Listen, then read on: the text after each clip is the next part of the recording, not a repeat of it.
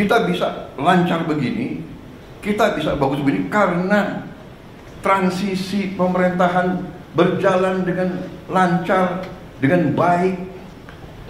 Saya dibilang apa itu?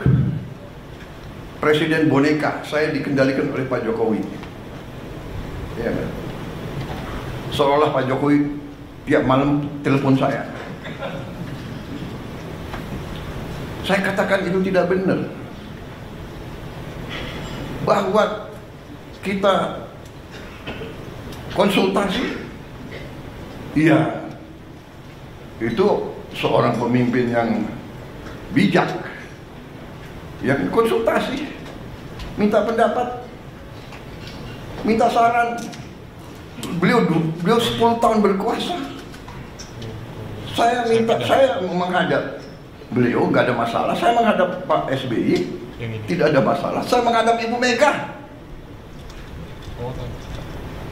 tidak ada masalah. Kalau bisa menghadap Gus Dur, nggak bisa. Bisa menghadap Pak Harto, ya kan? Menghadap Bung Karno kalau bisa. Loh, minta pandangan, minta saran.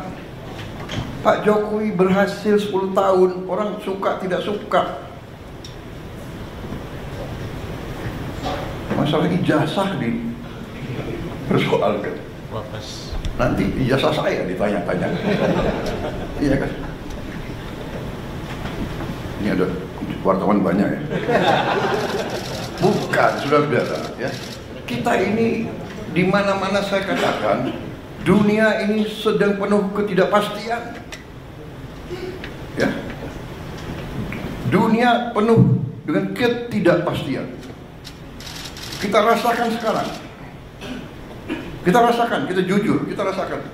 Sekian puluh tahun kita menjadi the good boy. Ya kan? Ada negara yang besar, negara yang kuat. Bilang ke kiri, ya monggo. Bilang ke kanan, monggo.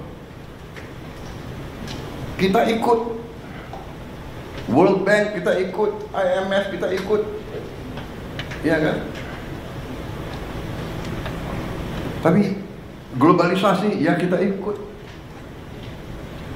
Tapi sekarang yang meninggalkan sistem yang mereka bangun, mereka sendiri.